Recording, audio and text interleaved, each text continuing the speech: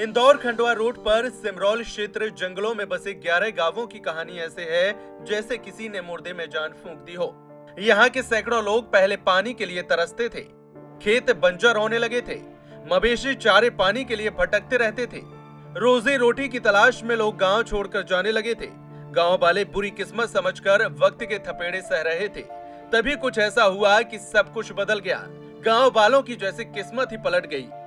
एक समय तो वो था जब इंदौर खंडवा रोड पर सिमरौल क्षेत्र के सूखे जंगलों में बाई, सैंडल, मंडल, भेरूघाट, गजिंदा, लालपुरा और तगड़ीपुरा जैसे 11 गांवों में पानी के लिए हाहाकार मचा हुआ था। लोग इंद्रदेव की मेहरबानी पर निर्भर थे। साल में एक बार भी फसल हो जाए तो गनीमत थी। लोगों का जीवन सुकड़ी नदी पर निर्भर था। नदी में पानी रहता तो जैसे तैसे गांव वालों का काम चल जाता। जब गर्मियों का मौसम आता, बारिश नहीं होती तो सुकड़ी नदी भी सूख जाती। ऐसे में गांव वालों की परीक्षा और कठिन हो जाती। जो ट्यूबवेल और छोटे तालाब गांव वालों ने अपने दम पर खोदे थे, वे भी सूख जाते। इन सब का नतीजा ये हुआ कि गांव में रोजी रोटी के लाले पड़ जाते। काम की तलाश में लोग गांव छोड़ने लगे। जो अपनी जमीन के मालिक थे, उन्हें बाहर मजदूरी करके अपना पेट पालना पड़ रहा था।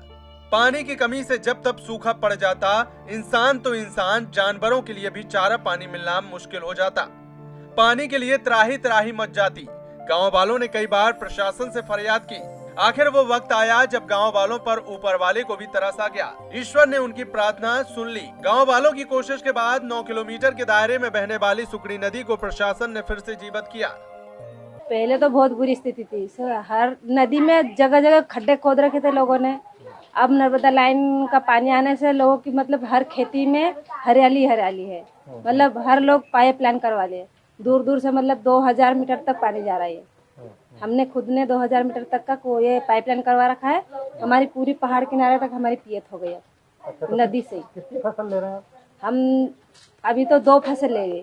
मतलब पहले हम एक ही फसल लेते थे बारिश की, अब गेहूं की भी 2 फसल लेते हैं। सर यहाँ राजीव गांधी मिशन के थ्रू तो बने कम से कम 300-400 डैम। वो जंगलों में बने हैं, नाले उनको रोके गए पहाड़ी में। और बाकी जो बना है गवर्नमेंट की तरफ से बने हुए हैं। हमारे यहाँ 9 किलोमीटर की नदी है हमारे गांव से, भेरूघाट से लेके उसके बीच में कम से कम 10 से 15 डैम बने हुए हैं।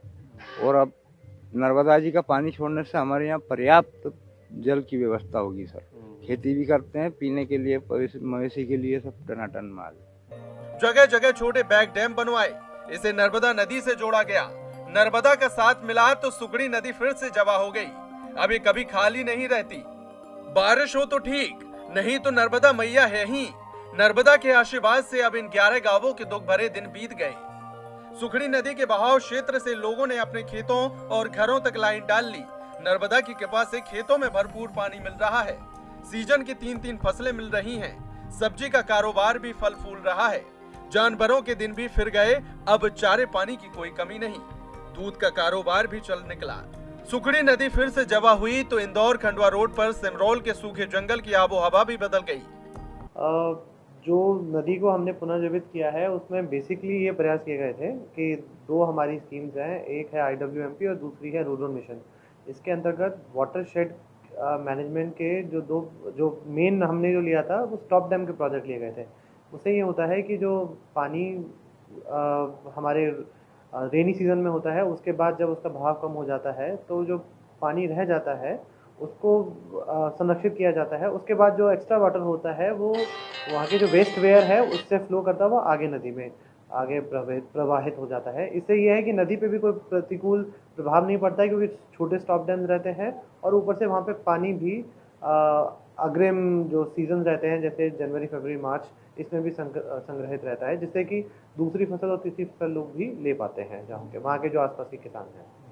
सर आगे कोई प्रयास वहाँ ऐसे ही हम लोग जो सिमरौल सेक्टर है इसके साथ साथ महू की और भी 2-3 हमने वाटरशेड के प्रोजेक्ट बना रहे हैं, जिसमें कि और भी हम नदियाँ ले रहे हैं जिसका हम पुनर्जीवन करने के लिए रिच टू वैली अप्रोच के साथ साथ जैसे छोटे स्ट्रक्चर्स होते हैं, लूज बोल्डर, गेविन, सब स्ट्रक्चर से लेकर छोटे स्टॉप डैम, ये सभी लिए जाएंगे, जो कि अग्रिम वर्ष 2021-22 की हम कार्य योजना बना रहे हैं, जो कि प्रोजेक्ट उसका निष्पादन किया जाएगा। खेत खलिहान लहलहाने लगे। गांव वालों की आमदनी बढ़ी। बाहर मजदूरी करने गए लोग वापस अपने खेतों में लौट आए। गांव वालों की मेहनत और हिम्मत से किस्मत उन पर पूरी तरह मेहरबान है।